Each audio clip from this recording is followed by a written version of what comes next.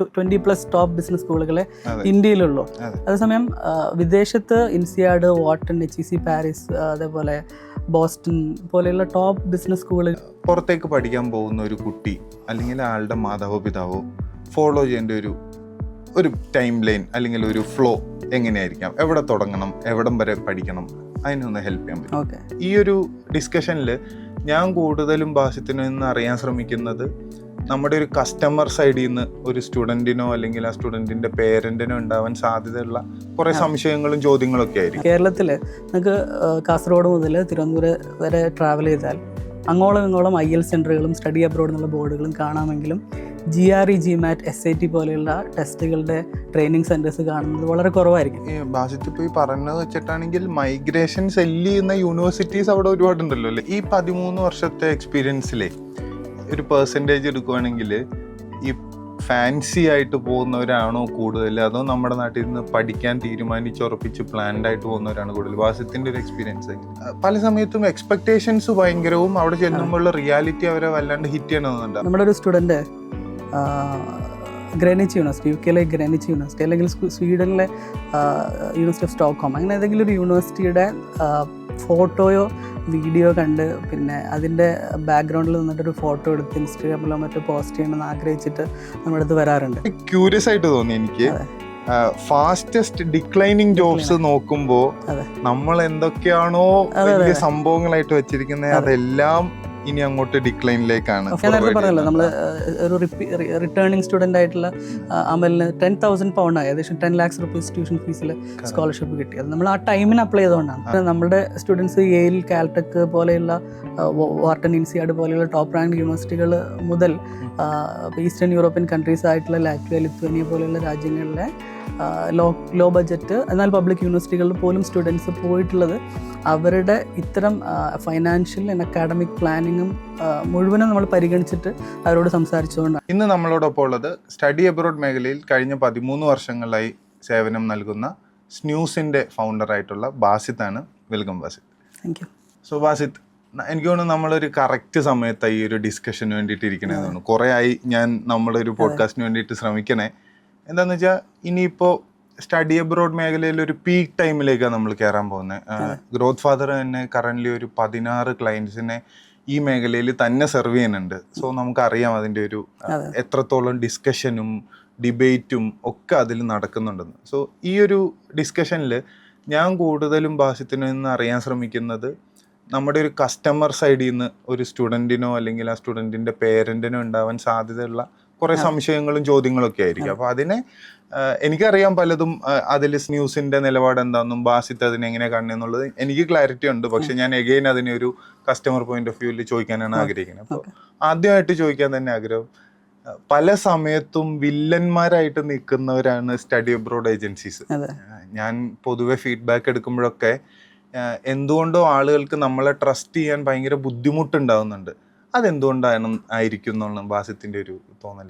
Study അബ്രോഡിനെ വളരെ serious ആയിട്ട് കാണുന്ന പാരൻസും സ്റ്റുഡൻസും വളർന്നു വരിക എന്നുള്ളതാണ് സ്ന്യൂസിൻ്റെ ഒരു തുടക്കം മുതലുള്ള ഒരു നിലപാടും. അതിന് വേണ്ടിയിട്ടാണ് സ്ന്യൂസ് എല്ലാ കാര്യങ്ങളും ചെയ്തുകൊണ്ടിരിക്കുന്നത്.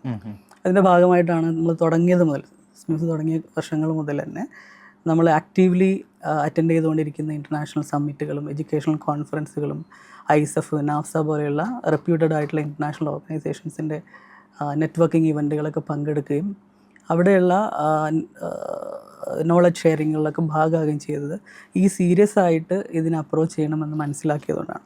ബിലാൽ ചോദിച്ച ചോദ്യത്തിലേക്ക് തിരിച്ചു വരികയാണെങ്കിൽ 2 രൂപത്തിലാണ് സ്റ്റുഡൻസ് സ്റ്റഡി അബ്രോഡ് പ്ലാൻ ചെയ്യുന്നവരുള്ളത്. ഒന്ന്, നേരത്തെ നമ്മൾ പറയുന്ന പോലെ തന്നെ ഒരു ഫാൻറ്റസി വേൾഡാണ്, അതിനോടുള്ളൊരു ഇൻഫാച്വേഷൻ കൊണ്ട് പിന്നെ പുറപ്പെടുന്ന സ്റ്റുഡൻസ് ഉണ്ട്. രണ്ടാമത്, അക്കാഡമിക്കലി മോട്ടിവേറ്റഡ് ആയിട്ടുള്ള വെൽ ഇൻഫോംഡ് ഡിസിഷൻ എടുത്തിട്ട് പോകുന്ന സ്റ്റുഡൻസ്.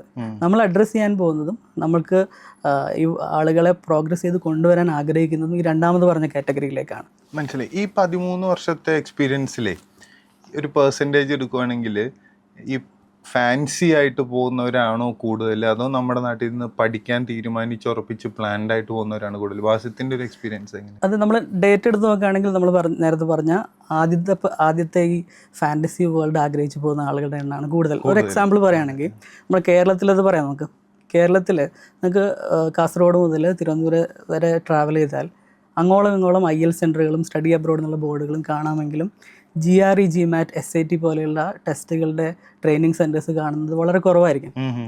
അതേപോലെ നിങ്ങൾക്ക് നീറ്റിൻ്റെയും JEEയുടെയും എൻട്രൻസ് കോച്ചിങ് സെൻറ്റേഴ്സ് കാണാം. പക്ഷേ ഇത് കാണില്ല. കാരണം എന്താ, GREയും GMATും SATയും ആളുകൾ കൊണ്ടുപോകുന്നത് വേൾഡിലെ ടോപ്പ് റാങ്കിങ് റെപ്യൂട്ടഡ് ആയിട്ടുള്ള യൂണിവേഴ്സിറ്റികളിലേക്കാണ്.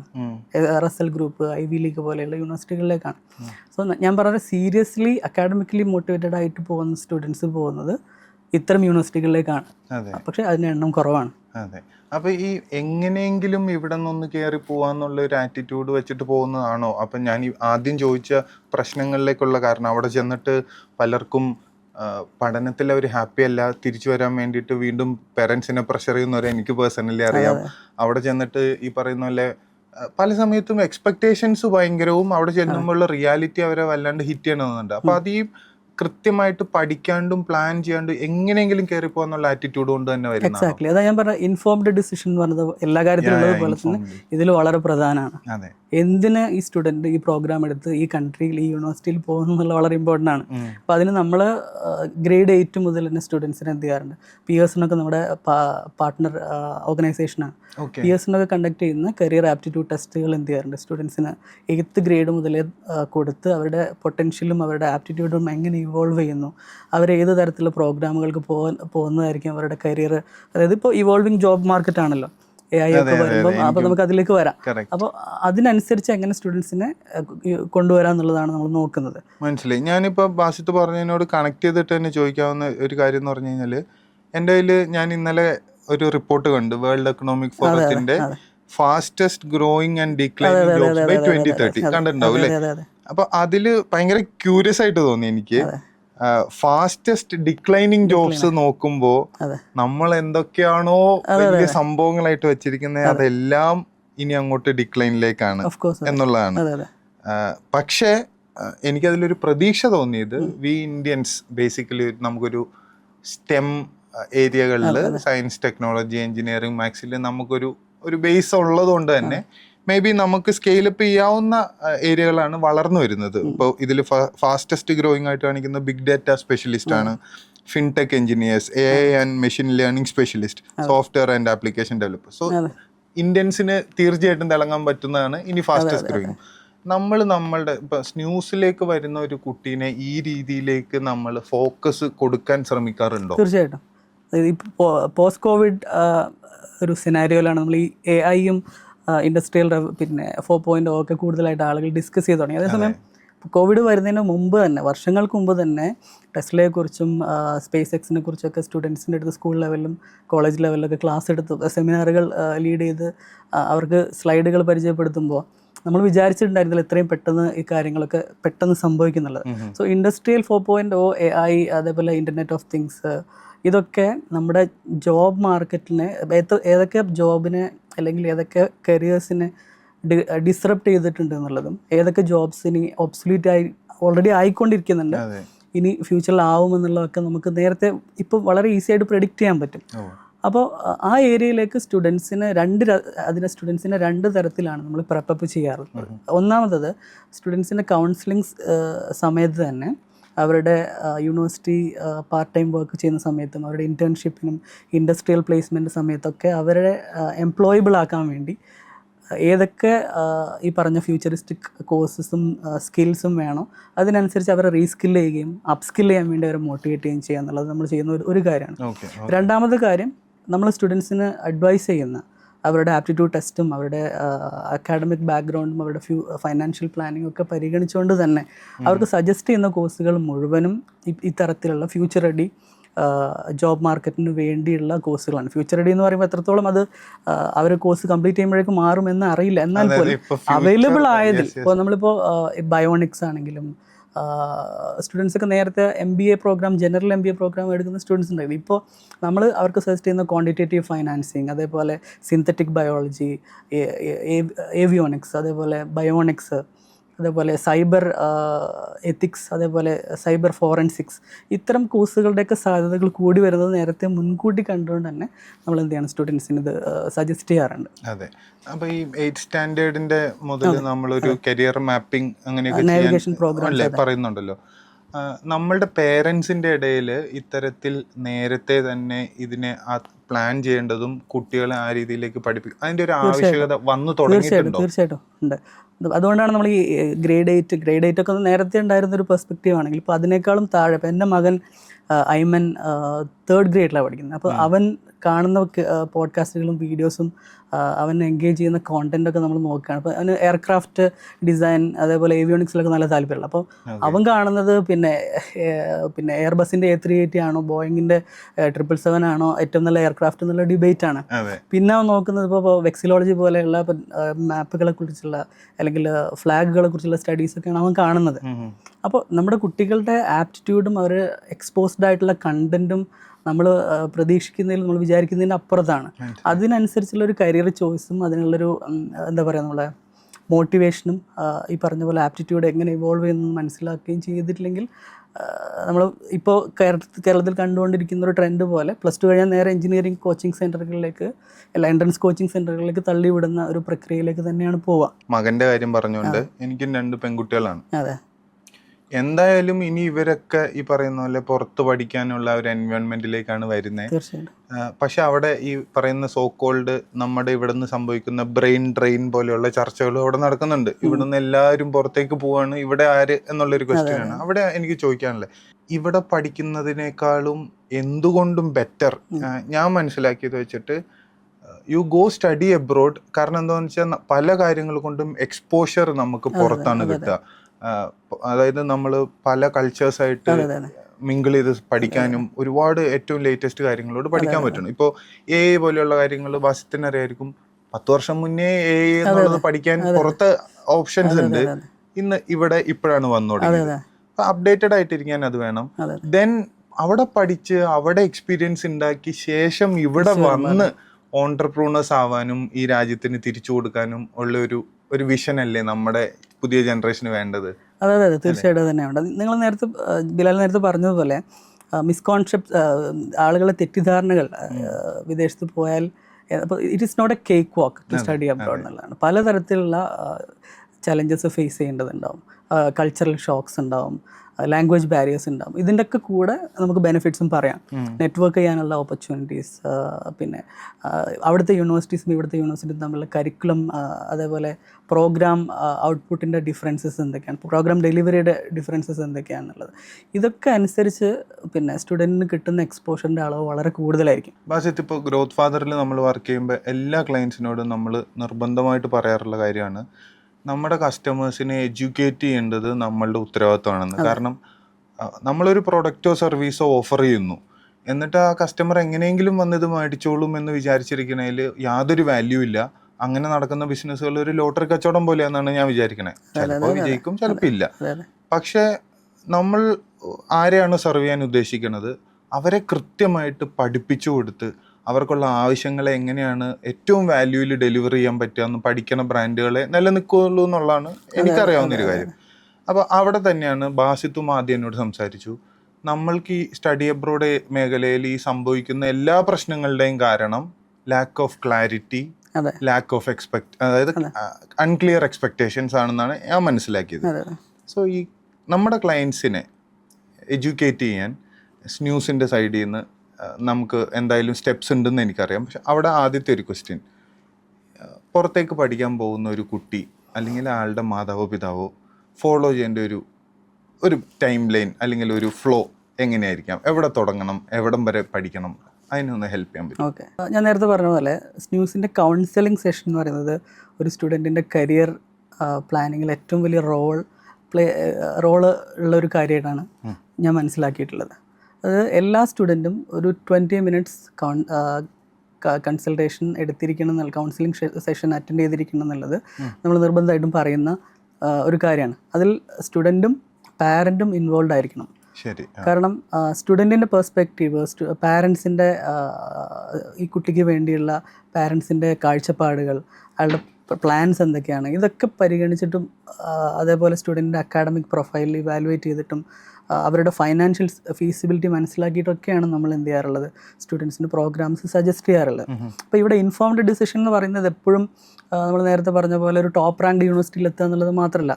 കാരണം ഉദാഹരണത്തിന് നമ്മുടെ സ്റ്റുഡൻസ് യെയിൽ, കാൽടെക് പോലെയുള്ള വാർട്ടൺ, ഇൻസിയാഡ് പോലെയുള്ള ടോപ്പ് റാങ്ക് യൂണിവേഴ്സിറ്റികൾ മുതൽ ഈസ്റ്റേൺ യൂറോപ്യൻ കൺട്രീസ് ആയിട്ടുള്ള ലാറ്റ്വിയ, ലിത്വേനിയ പോലെയുള്ള രാജ്യങ്ങളിലെ ലോ ബഡ്ജറ്റ് എന്നാൽ പബ്ലിക് യൂണിവേഴ്സിറ്റികളിൽ പോലും സ്റ്റുഡൻസ് പോയിട്ടുള്ളത് അവരുടെ ഇത്തരം ഫൈനാൻഷ്യൽ ആൻഡ് അക്കാഡമിക് പ്ലാനിങ്ങും മുഴുവനും നമ്മൾ പരിഗണിച്ചിട്ട് അവരോട് സംസാരിച്ചുകൊണ്ടാണ്.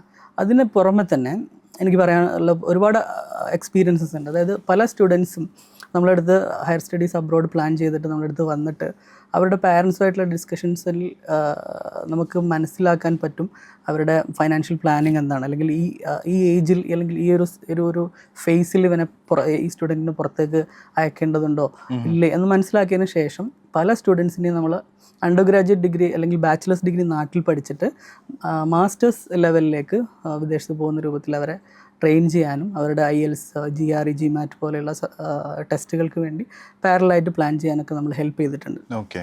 അപ്പോൾ ഇതാണ് actually as an agent, as A consultant, as an education consultant നമ്മൾ പിന്നെ സ്റ്റുഡൻസിന് വേണ്ടി ചെയ്യാറുള്ളൊരു കാര്യം. അതെ, അവിടെ തന്നെ വാസുത്തി ഞാനൊരു വീഡിയോയിലും നമ്മൾ പറഞ്ഞൊരു കാര്യമുണ്ട്. അതായത് എഡ്യൂക്കേഷൻ സെക്ടറിൽ വർക്ക് ചെയ്യുന്നവർക്ക് ഫേസ് ചെയ്യുന്ന വലിയൊരു പ്രശ്നമല്ല, ഒരു ചലഞ്ച് എന്ന് പറയുന്നത് നമുക്ക് രണ്ടുപേരോട് കമ്മ്യൂണിക്കേറ്റ് ചെയ്യണം. ഒന്ന് സ്റ്റുഡൻറ്റിനോടും കമ്മ്യൂണിക്കേറ്റ് ചെയ്യണം, പേരൻറ്റിനോടും കമ്മ്യൂണിക്കേറ്റ് ചെയ്യണം. സ്റ്റുഡൻറ്റിൻ്റെ കൺസേൺസും എക്സ്പെക്റ്റേഷൻസും ആവശ്യങ്ങളും ഒന്നുമല്ല പേരൻറ്റിൻ്റെ.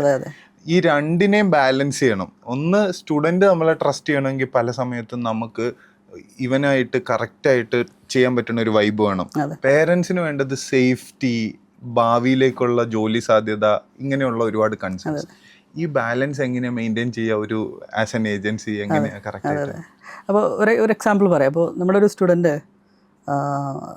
ഗ്രെനിച്ച് യൂണിവേഴ്സിറ്റി, UK ഗ്രെനിച്ച് യൂണിവേഴ്സിറ്റി അല്ലെങ്കിൽ സ്വീഡനിലെ യൂണിവേഴ്സിറ്റി ഓഫ് സ്റ്റോക്ക്ഹോം, അങ്ങനെ ഏതെങ്കിലും ഒരു യൂണിവേഴ്സിറ്റിയുടെ ഫോട്ടോയോ വീഡിയോ കണ്ട് പിന്നെ അതിൻ്റെ ബാക്ക്ഗ്രൗണ്ടിൽ നിന്നിട്ടൊരു ഫോട്ടോ എടുത്ത് ഇൻസ്റ്റാഗ്രാമിലോ മറ്റോ പോസ്റ്റ് ചെയ്യണമെന്ന് ആഗ്രഹിച്ചിട്ട് നമ്മുടെ അടുത്ത് വരാറുണ്ട്. അവരാഗ്രഹിക്കുന്നത് അവർ കിട്ടേണ്ട എക്സ്പോഷറും ഈ തരത്തിലുള്ള ഒരു സോഷ്യൽ മീഡിയ എക്സ്പോഷർ മാത്രമാണ്. അതിലെന്ത് കോണ്ടൻറ്റ്, ഇതിലെന്ത് തരത്തിലുള്ള അത് എന്താ പറയുക, ഇമ്പ്രസ് ചെയ്യാൻ വേണ്ടിയിട്ട് എന്ത് ചെയ്യാൻ പറ്റും എന്നുള്ളത് മാത്രം അവർ ആഗ്രഹിക്കുന്നുണ്ട്. പാരൻസ് ഈ പറഞ്ഞ പോലെ അവരുടെ പേഴ്സണൽ ഇതിന് വേണ്ടിയിട്ടും കുട്ടികൾ എന്ത് ചെയ്യാറുണ്ട്, വിദേശത്ത് പറഞ്ഞയക്കാറുണ്ട്. നമ്മൾ ഈ രണ്ട് സ്റ്റേജിലും സ്റ്റുഡൻറ്റിനെയും പാരൻറ്റിനെയും എഡ്യൂക്കേറ്റ് ചെയ്യുന്നത് നിങ്ങളുടെ മോട്ടിവേഷൻ എന്തായിരിക്കണം എന്ന് അവരെ പ്രോപ്പറായിട്ട് ഒപ്റ്റിമൈസ് ചെയ്തുകൊണ്ടാണ്. കാരണം അക്കാഡമിക്കലി സ്റ്റുഡൻറ്റ് ഫിറ്റാണോ, ഫൈനാൻഷ്യലി ഇവർക്ക് ഈ പ്രോഗ്രാം ഫീസിബിൾ ആണോ, അതേപോലെ ഞാൻ നേരത്തെ പറഞ്ഞ പോലെ സ്റ്റുഡൻറ്റ് ഫേസ് ചെയ്യേണ്ട എക്സ്ട്രീം വെതർ കണ്ടീഷൻസ് അവർക്ക് നോക്കാൻ പറ്റും. ഞാൻ നേരത്തെ പറഞ്ഞ പോലെ ആസ്മ പോലെയുള്ള വീസിങ് പ്രോബ്ലം ഉള്ള ഒരു സ്റ്റുഡൻറ്റ് പിന്നെ ഫിൻലൻഡിൽ പഠിക്കാൻ വേണ്ടി സ്റ്റുഡൻറ്റിന് സ്കോളർഷിപ്പൊക്കെ കിട്ടിയതാണ്, നമ്മൾ അപ്രോച്ച് ചെയ്തിട്ടുണ്ടായിരുന്നു. പക്ഷേ ആ സ്റ്റുഡൻറ്റിന് physically he can not go travel and study in that university. ഇതേപോലെ ഇതിൻ്റെ വേറൊരു ഓപ്പോസിറ്റ് സൈഡ് എന്ന് പറഞ്ഞാൽ, അപ്പോൾ നമ്മൾ 2012-ലും 2013-ലൊക്കെ നമ്മൾ വളരെ കുറഞ്ഞ ഫീസിൽ പഠിക്കാൻ പറ്റുന്ന ഈസ്റ്റേൺ യൂറോപ്യൻ കൺട്രീസിൽ എസ്റ്റോണിയ, ലാറ്റ്വിയ, ലിത്വേനിയ പോലെയുള്ള കൺട്രീസ് സ്റ്റുഡൻസിന് പരിചയപ്പെടുത്തി കൊടുത്തിരുന്നു. ആ സമയത്ത് നമ്മുടെ അടുത്ത് വന്നൊരു പാരൻറ്റ് എസ്റ്റോണിയയെക്കുറിച്ച് ചോദിച്ചത് പിന്നെ അതൊരു ആഫ്രിക്കൻ കൺട്രി ആണോ എന്നാണ്. എസ്റ്റോണിയ 2005-ൽ പിന്നെ ലീഗലി ബൈൻഡിങ് ആയിട്ടുള്ളൊരു പബ്ലിക് ജനറൽ ഇലക്ഷൻ ഓൺലൈനായിട്ട് കണ്ടക്ട് ചെയ്ത ഒരു കൺട്രിയാണ്. അപ്പോൾ ആളുകളുടെ തെറ്റിദ്ധാരണ എന്ന് പറയുന്നത് അറിവില്ലായ്മയും കൂടെയാണ്. അതേസമയം അതേ രാജ്യങ്ങളുടെ പേരുകൾ ഇപ്പോൾ നമ്മളുടെ പല ആഡുകളിലും എഡ്യൂക്കേഷൻ ഫെയറുകളുടെ ഹോർഡിങ്ങുകളിലൊക്കെ കാണുമ്പോൾ സന്തോഷമാണ്. അതുകൊണ്ട് തന്നെയാണ് ഞാൻ പറഞ്ഞില്ലേ, ഒരു സ്റ്റഡി ഡെസ്റ്റിനേഷനും ലെസ് ഇമ്പോർട്ടൻ്റ് അല്ല, അല്ലെങ്കിൽ ഒരു റോങ് ഡെസ്റ്റിനേഷൻ അല്ല എന്നാണ് നമ്മൾ വിശ്വസിക്കുന്നത്. അതാണ് സ്ന്യൂസിൻ്റെ പേര് തന്നെ, study in north east western south parts of the world, എവിടെയും പഠിക്കാമെന്നല്ല. അപ്പോൾ നിങ്ങൾ എയർ ഏഷ്യയുടെ ടോണി ഫെർണാണ്ടസിൻ്റെ ഒരു വിറ്റി ക്യാമ്പയിൻ ഉണ്ടായിരുന്നു, now every one can fly എന്ന് പറഞ്ഞിട്ട് 2005-ലും മറ്റാന്ന് തോന്നുന്നു. അത് അവരുടെ ഈ ഡൊമസ്റ്റിക് പിന്നെ ഇതിലെ സെക്ടറിൽ അവർ ഭയങ്കരമായിട്ട് ബൂം ചെയ്യാൻ വേണ്ടി കാരണമായിട്ടുള്ളൊരു ഒരു ക്യാമ്പയിനാണ്. അതുപോലെ തന്നെ now every one can study anywhere in the world. അപ്പോൾ ഞാൻ നമ്മുടെ 2000 ഒരു 14-15 ഇത്തരം കൺട്രികളിലേക്ക് പോയ സ്റ്റുഡൻസൊക്കെ US-ലും സ്വീഡനിലും മറ്റ് രാജ്യങ്ങളിലൊക്കെ സ്വന്തമായിട്ട് സ്റ്റാർട്ടപ്പ് തുടങ്ങുകയോ പല കമ്പനികളുടെയും വൈസ് പ്രസിഡൻസ് ആവുകയോ അല്ലെങ്കിൽ നാവൽ ആർക്കിടെക്ചറൊക്കെ പഠിച്ച സ്റ്റുഡൻസ് US-ലെ ക്യാപ്ചമിനെ പോലെയുള്ള കമ്പനികളിലൊക്കെ വർക്ക് ചെയ്യുന്നവരാണ്. പിന്നെ സ്കോട്ട് റെയിൽ, അമെക്സ് അതേപോലെയുള്ള വലിയ കമ്പനികളിലൊക്കെ വർക്ക് ചെയ്യുന്ന ആളുകളാണ്. അപ്പോൾ ഞാൻ പറഞ്ഞു വന്നതെന്താ വെച്ചാൽ ഏത് കൺട്രിയിലേക്ക് പോവുകയാണെങ്കിലും ഒരു ഇൻഫോംഡ് ഡിസിഷൻ എടുത്ത സ്റ്റുഡൻ്റ് ആണെങ്കിൽ ഇറ്റ് ഡസൻറ്റ് മാറ്റർ എവിടെയാണ് പോകുന്നത് എന്നുള്ളത്. ഏത് പ്രോഗ്രാം ആ സ്റ്റുഡൻറ്റ് ഇൻഫോംഡ് ആയിട്ടുള്ള പ്രോപ്പർ റിസർച്ച് നടത്തിയിട്ട് എടുത്ത പ്രോഗ്രാം ആണെങ്കിൽ it will definitely take him to a proper career. എനിക്ക് ആക്ച്വലി സ്ന്യൂസിനോട് നമ്മുടെ അപ്രോച്ചിനോടുള്ള വലിയൊരു താല്പര്യം ഇതുകൊണ്ടാണ്. അതായത് നമ്മളിപ്പോൾ തന്നെ ഡിസ്കസ് ചെയ്യുന്ന കാര്യങ്ങൾ തന്നെ ശ്രദ്ധിച്ചറിയാം. We are talking about careers, building lifes എന്നുള്ള കാര്യങ്ങളെ പറ്റിയിട്ടാണ്.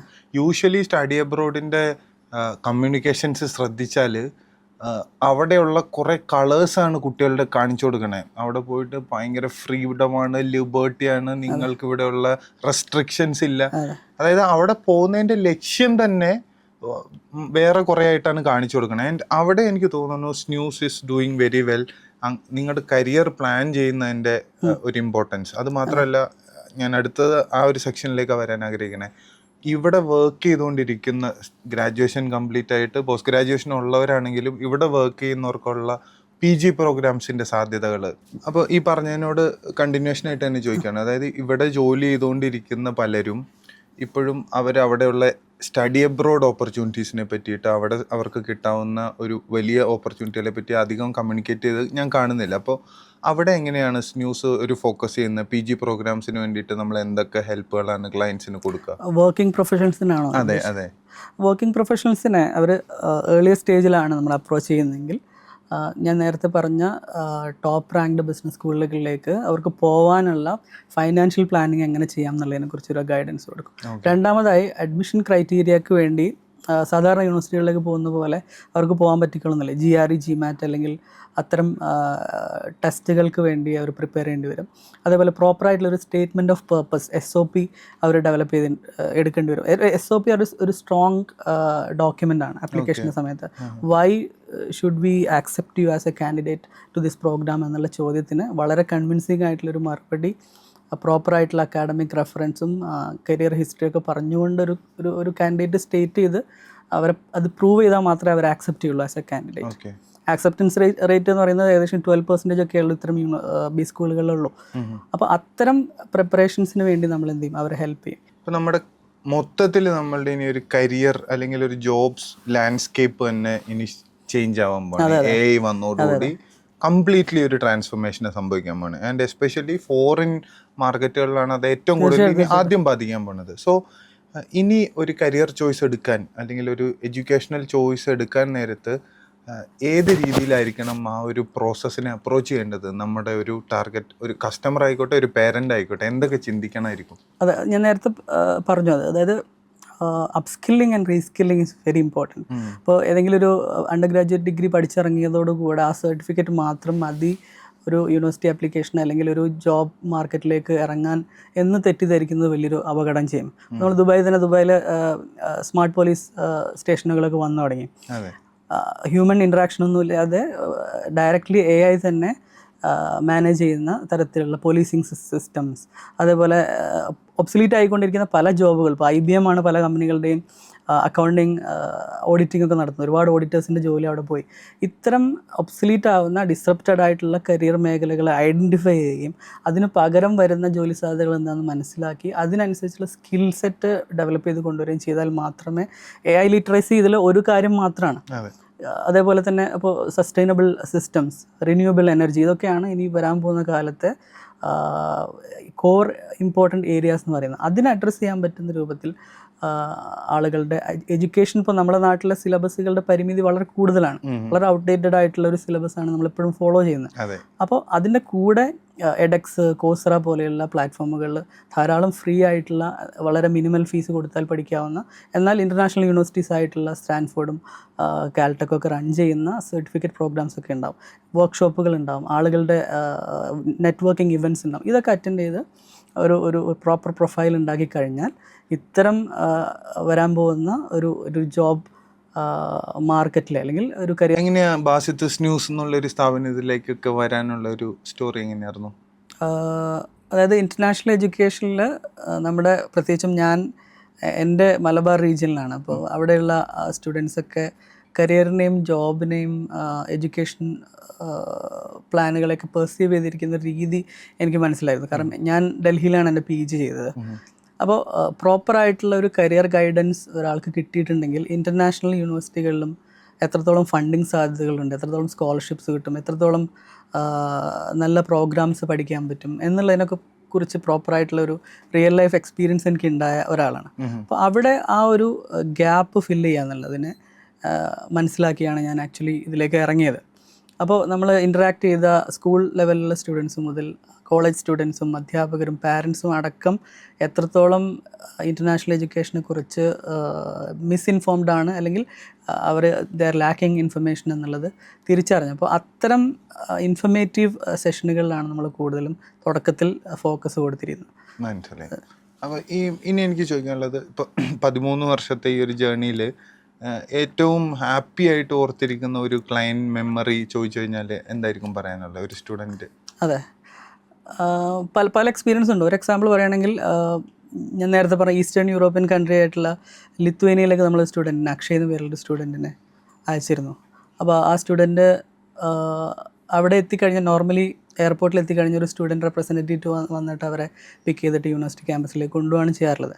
അപ്പോൾ അന്ന് വരെ ജില്ല വിട്ട് പുറത്തു പോകാത്ത അക്ഷയ് ലിത്വേനിയയിലെ കൗനാസ് എയർപോർട്ടിൽ ഇറങ്ങിയ വിൽനസ് എയർപോർട്ടിൽ ഇറങ്ങി അവിടെ നിന്ന് പുറത്തിറങ്ങി നോക്കിയപ്പോൾ ഈ സ്റ്റുഡൻറ്റ് റെപ്രസെൻറ്റേറ്റീവിനെ കാണുന്നില്ല. എന്നാൽ ഈ സ്റ്റുഡൻറ്റ് എന്ത് ചെയ്തു വെച്ചാൽ സ്വന്തമായി ക്യാബ് ബുക്ക് ചെയ്ത് യൂണിവേഴ്സിറ്റി ക്യാമ്പസിൻ്റെ അഡ്രസ്സൊക്കെ പ്രോപ്പറായിട്ട് കൊടുത്ത് സ്വന്തമായിട്ട് ക്യാമ്പസിലെത്തിയിട്ട് നമ്മളെ വിളിച്ച് പറഞ്ഞു ഞാൻ ക്യാമ്പസിലെത്തിയിട്ടുണ്ട്. ഇതേ സ്റ്റുഡൻറ്റ് തിരിച്ച് നാട്ടിൽ വെക്കേഷന് വരുന്നത് ബ്രസൽസ് വഴി, പിന്നെ ബ്രസൽസിൽ അവരുടെ ഫ്രണ്ട്സിൻ്റെ കൂടെ പോയി അവിടെ കുറച്ച് നെറ്റ്വർക്കിംഗ് ഇവൻറ്റുകളൊക്കെ അറ്റൻഡ് ചെയ്ത് തിരിച്ച് ജർമ്മനിയൊക്കെ വിസിറ്റ് ചെയ്ത് ജർമ്മനിയിൽ നിന്ന് ഡൽഹിയിൽ പോയി, ഡൽഹിയിൽ നിന്ന് ബൈ ട്രെയിനാണ് നാട്ടിലേക്ക് വരുന്നത്. ഈ ഒരു ചേഞ്ചാണ് കുട്ടികളുടെ പേഴ്സ്പെക്റ്റീവിൽ നമ്മൾ വരാൻ ആഗ്രഹിച്ചത്. രണ്ടാമത്തെ കാര്യം എന്ന് പറഞ്ഞാൽ നമ്മുടെ സ്റ്റുഡൻസിൻ്റെ കരിയർ പാത്തിൽ നമ്മൾ എക്സ്പെക്റ്റ് ചെയ്ത, നമ്മൾ ആൻറ്റിസിപ്പേറ്റ് ചെയ്ത, നമ്മൾ ആഗ്രഹിച്ച കരിയർ പാത്തിലേക്ക് അവർ പ്ലേസ്ഡ് ആയി എന്നുള്ളതാണ്. അവർ കൺസൾട്ടിങ് ഫീൽഡിലും എൻജിനീയറിങ് ഡിസൈൻ ഇൻഡസ്ട്രിയിലൊക്കെയുള്ള പ്രോപ്പർ പ്ലേസ് ഏരിയകളിലൊക്കെ അവർ പ്ലേസ്ഡ് ആകുമ്പോൾ ആ വിവരം നമ്മൾ അറിയിക്കുമ്പോഴുള്ള സന്തോഷം. മൂന്നാമത്തെ ഒരു കാര്യം എന്ന് പറഞ്ഞാൽ, നമ്മൾക്ക് ഈ സ്റ്റഡി അബ്രോഡ് ഇൻഡസ്ട്രിയിൽ ഒരിക്കലും സംഭവിക്കാത്ത, എന്നാൽ വളരെ റെയറായിട്ട് സംഭവിക്കുന്ന ഒരു കാര്യമാണ് റിപ്പീറ്റിംഗ് കസ്റ്റമർ എന്ന് പറയുന്നത്. അതൊരിക്കലും സംഭവിക്കില്ല. കാരണം ഒരു അബ്രോഡ് പോയ ആൾ വീണ്ടും നമുക്ക് അങ്ങനെയുള്ള പല അനുഭവങ്ങളുണ്ട്. അപ്പോൾ റീസെൻ്റായിട്ട് നമ്മുടെ ഒരു 1-2 സ്റ്റുഡൻസിൻ്റെ എക്സ്പീരിയൻസ് നമ്മുടെ ഇൻസ്റ്റാഗ്രാം പേജ് വഴി ഷെയർ ചെയ്തിരുന്നു. അമൽ എന്ന് പേരുള്ള സ്റ്റുഡൻറ്റ് യൂണിവേഴ്സിറ്റി ഓഫ് ഡണ്ടിയിൽ പഠിച്ച, അവിടെ ഒരു PG കഴിഞ്ഞിട്ട് സെക്കൻഡ് PG ചെയ്യാൻ വേണ്ടി നമ്മൾ ത്രൂ തന്നെയാണ് പോകുന്നത്. പോകുമ്പോൾ അവന് ഏകദേശം ഒരു 10,000 പൗണ്ടിൻ്റെ സ്കോളർഷിപ്പും കിട്ടി. അതേപോലെ ഒരുപാട് സ്റ്റുഡൻസ്, ഇപ്പോൾ ചെക്ക് റിപ്പബ്ലിക്കിൽ വന്ന സ്റ്റുഡൻറ്റ് വീണ്ടും കാനഡയിൽ PG ചെയ്യാൻ വേണ്ടി പോകുമ്പോൾ നമ്മൾ ത്രൂ തന്നെയാണ് പോകുന്നത്. So it doesn't happen. കാരണം അത് ആദ്യത്തെ എക്സ്പീരിയൻസ് മതിയാവത്തോണ്ട് മാത്രമല്ല, എത്രത്തോളം വാല്യൂ കണ്ടതുകൊണ്ട് തന്നെയാണ്. ഓഫ് കോഴ്സ് ഹാപ്പി ഫേസസ് എപ്പോഴും സ്റ്റുഡൻറ്റിന് വീസ കിട്ടുമ്പം, ട്രാവൽ ചെയ്യുമ്പം, അവരുടെ ഓരോ മൈൽ സ്റ്റോൺ അച്ചീവ്മെൻറ്റ് സമയങ്ങളിൽ നമ്മളിത് ഷെയർ ചെയ്യുന്നു. It's all happy moments. അതിനോട് കണക്ട് ചെയ്തിട്ട് തന്നെയാണ് അതിൻ്റെ വേറൊരു സൈഡ് ചോദിക്കണേ. ഇപ്പം പലപ്പോഴും ഈ പറയുന്ന പോലെ ഈ പ്രായത്തിലുള്ള ഒരു ചെറുപ്പക്കാരൻ നമ്മുടെ അടുത്തോട്ട് വരുന്നത് അവൻ എങ്ങനെയെങ്കിലും കയറിപ്പോണം എന്നുള്ള ഒരു ആഗ്രഹത്തിന്റെ പുറത്തായിരിക്കും. സോ ചില സമയത്ത് however we try to guide him, ചിലപ്പോൾ അവന് ഇഷ്ടമുള്ള ഒരു രാജ്യം ആയിരിക്കില്ല അവന്റെ റൈറ്റ് ചോയ്സ്, അവന്റെ പേഴ്സണാലിറ്റിക്കും അവൻ പേഴ്സ്യൂ ചെയ്യാൻ ആഗ്രഹിക്കുന്ന കരിയറിനൊന്നും പറ്റിയ ചോയ്സ്. അങ്ങനെ വരുമ്പോൾ ഹെൽപ്ലെസ് ആവാറുണ്ടോ, അതോ എല്ലാവരെയും കൺവിൻസ് ചെയ്യാൻ പറ്റാറുണ്ടോ? പരമാവധി കൺവിൻസ് ചെയ്യാൻ നമ്മൾ ശ്രമിച്ചിട്ടുണ്ട്. കൺവിൻസ് ചെയ്യാൻ പറ്റാത്ത സാഹചര്യങ്ങളിൽ അവരുടെ, ഞാൻ നേരത്തെ പറഞ്ഞ പോലെ, കൺസൾട്ടേഷൻ്റെ ഏതെങ്കിലും ഒരു ഫേസിലെങ്കിലും അവരുടെ പാരൻസ് ഇൻവോൾവ് ആയിരിക്കും. പാരൻസും അവരും ഇരുന്നിട്ട് അവരെ കൺവിൻസ് ചെയ്യാൻ ശ്രമിക്കാറുണ്ട്. കൺവിൻസ് ചെയ്യുന്ന, നേരത്തെ ബിലാൽ പറഞ്ഞ പോലെ, ഏജൻസികൾ അവർക്ക് പ്രോഫിറ്റ് കിട്ടുന്ന കോളേജുകളെ സെല്ല് ചെയ്യുന്നു എന്നുള്ളൊരു പരാതി പലപ്പോഴും നമ്മൾ കേൾക്കാറുണ്ട്.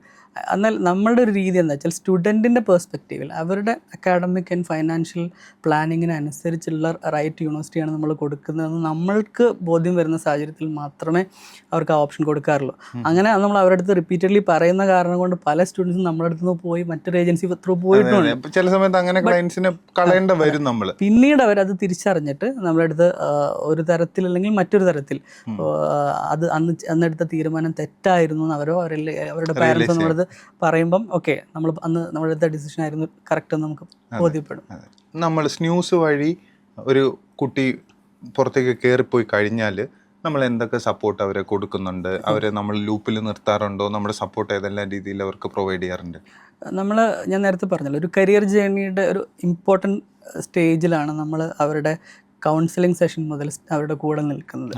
യൂണിവേഴ്സിറ്റി ആപ്ലിക്കേഷൻ കഴിഞ്ഞ് വിസ കിട്ടി അവർ ട്രാവൽ ചെയ്യുമ്പോൾ അവരുടെ പ്രീ ഡിപ്പാർച്ചർ പ്രിപ്പറേഷൻസ് കുറേ കാര്യങ്ങൾ വേണ്ടി വരും. അവരുടെ അക്കമഡേഷൻ അറേഞ്ച്മെൻറ്റ്സ് വേണ്ടി വരും, അവരുടെ അറൈവൽ സപ്പോർട്ട് വേണ്ടി വരും, മറ്റുള്ള കാര്യങ്ങളൊക്കെ വേണ്ടി. അപ്പോൾ അതിനനുസരിച്ചുള്ള സപ്പോർട്ടൊക്കെ നമ്മൾ കൊടുക്കും. ചില സ്റ്റുഡൻസ് നമ്മൾ ഫ്രീ ഫ്ലൈറ്റ് ടിക്കറ്റ് വൗച്ചേഴ്സ് കൊടുക്കാറുണ്ട്, മറ്റുള്ള ഗുഡീസ്, അതേപോലെ ട്രാവൽ കാർഡ്, അതേപോലെയുള്ള കാര്യങ്ങൾ കൊടുക്കും. അതേപോലെ ചെക്ക് ലിസ്റ്റുകൾ പലപ്പോഴും എല്ലാ സ്റ്റുഡൻറ്റിനും ഇമ്പോർട്ടൻ്റ് ആണ്. കാരണം യൂറോപ്പിലേക്ക് പോകുന്ന സ്റ്റുഡൻറ്റിനനുസരിച്ചല്ല കാനഡയിലേക്ക് പോകുന്ന സ്റ്റുഡൻറ്റിൻ്റെ ചെക്ക് ലിസ്റ്റ് ഉണ്ടാവുന്നുണ്ട്. ഇത്തരം സപ്പോർട്ടുകൾ കൊടുക്കും. അവിടെ എത്തിക്കഴിഞ്ഞാൽ യൂണിവേഴ്സിറ്റിയിൽ എൻറോൾ ചെയ്യുന്നത് വരെയുള്ള പ്രോസസ്സ് നമ്മൾ ചെയ്ത് കൊടുക്കും. അതിന് പുറമെ ഞാൻ നേരത്തെ പറഞ്ഞല്ലോ, അവരുടെ എൻറ്റയർ കരിയർ ജേണിയിൽ നമ്മൾ അവരുടെ കൂടെ നിൽക്കാറുണ്ട്. നമുക്കൊരു സ്ട്രോങ് സ്റ്റുഡൻറ്റ് കമ്മ്യൂണിറ്റി ഉണ്ട്. അവർ തമ്മിൽ പരസ്പരം അവരുടെ എക്സ്പീരിയൻസ് ഷെയർ ചെയ്യുകയും പരസ്പരം റെഫർ ചെയ്യുകയും അവരുടെ കരിയറിലൊക്കെ പലതരത്തിലുള്ള ഹെൽപ്പൊക്കെ ചെയ്യാറുണ്ട്.